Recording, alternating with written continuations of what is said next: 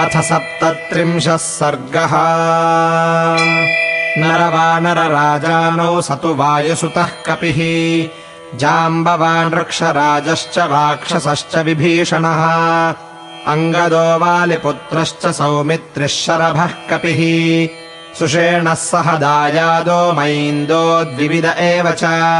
गजो गवाक्षः कुमुदो नलोऽथपनसस्तथा, अमित्रविषयम् प्राप्ताः समवेताः समर्थयन्, इयम् सा लक्ष्यते लङ्का पुरी रावणपालिता, सासुरोरगगन्धर्वैरमरैरपि दुर्जया,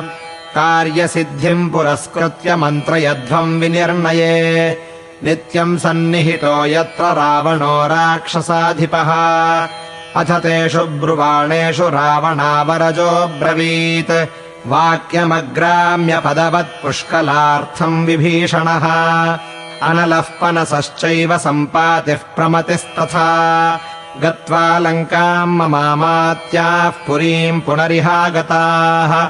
भूत्वा शकुनयः सर्वे प्रविष्टाश्च रिपोर्बलम्, विधानम् विहितम् यच्च तद्दृष्ट्वा समुपस्थिताः, संविधानम् यथाहुस्ते रावणस्य दुरात्मनः, राम तद्ब्रुवतः सर्वम् याथा तथ्येन मे शृणु, पूर्वम् प्रहस्तः सबलो द्वारमासाद्य तिष्ठति, दक्षिणम् च महावीर्यौ महापार्श्वमहोदरौ, इन्द्रजित्पश्चिमम् द्वारम् राक्षसैर्बहुभिर्वृतः,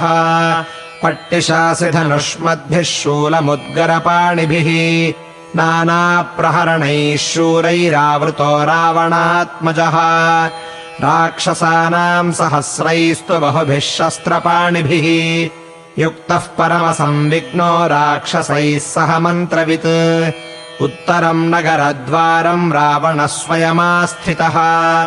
विरूपाक्षस्तु महता शूलखड्गधनुष्मता, बलेन राक्षसैः सार्धम् मध्यमम् गुल्ममाश्रितः,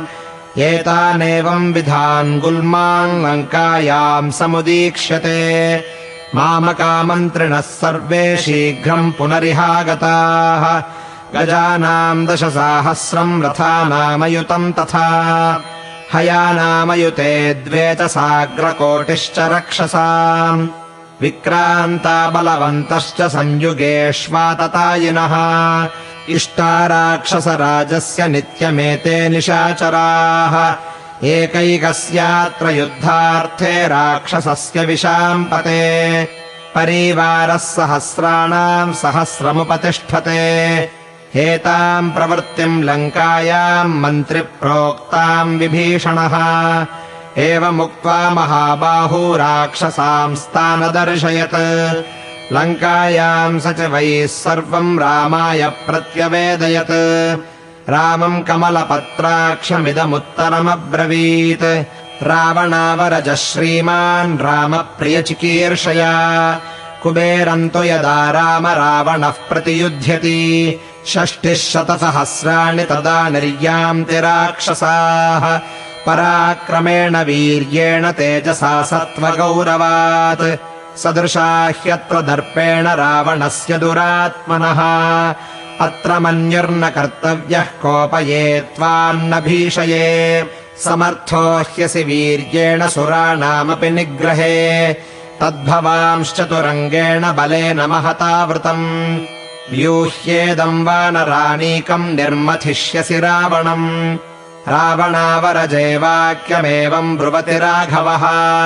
शत्रूणाम् प्रतिघातार्थमिदम् वचनमब्रवीत्, पूर्वद्वारम् तु लङ्काया नीलो वानरपुङ्गवः, प्रहस्तम् प्रति योद्धा स्याद्वानरैर्बहुभिर्वृतः, अङ्गदो वालिपुत्रस्तु बलेन महतावृतः, दक्षिणे बाधताम् द्वारे महापार्श्वमहोदरौ, हनूमान् पश्चिमद्वारम् निष्पीड्य पवनात्मजः, प्रविशत्वप्रमेयात्मा बहुभिः कपिभिर्वृतः, दैत्यदानवसङ्घानामृषीणाम् च महात्मनाम्, विप्रकारप्रियः क्षुद्रो वरदानबलान्वितः, परिक्रमति यः सर्वान् लोकान् सन्तापयन् प्रजाः, तस्याहम् राक्षसेन्द्रस्य स्वयमेव वधे धृतः उत्तरम् नगरद्वारमहम् सौमित्रिणा सह निपीड्याभिप्रवेक्ष्यामि सबलो यत्र रावणः वानरेन्द्रश्च बलवान् वृक्षराजश्च वीर्यवान् राक्षसेन्द्रानुजश्चैव गुल्मे भवतु मध्यमे न चैव मानुषम् रूपम् कार्यम् हरिभिराहवे एषा भवतु नः संज्ञा युद्धेऽस्मिन् वानरे बले वानरा एव नश्चिह्नम् स्वजनेऽस्मिन् भविष्यति वयम् तु मानुषेणैव सप्तयोत्स्यामहे परान् अहमेव सह भ्रात्रा लक्ष्मणेन महौजसा आत्मना पञ्चमश्चायम् सखा मम विभीषणः स रामः कृत्य सिद्ध्यर्थमेव मुक्त्वा विभीषणम् सुवेलारोहणे बुद्धिम् चकारमतिमान् प्रभुः रमणीयतरम् दृष्ट्वा सुवेलस्य गिरेस्तटम् ततस्तु रामो महता बलेन प्रच्छाद्य सर्वाम् पृथिवीम् महात्मा प्रहृष्टरूपोऽभिजगामलङ्काम् कृत्वा मतिम् सोरिवधे महात्मा इत्यार्षे श्रीमद् रामायणे वाल्मीकीये आदिकाव्ये युद्धकाण्डे 37 सर्गः।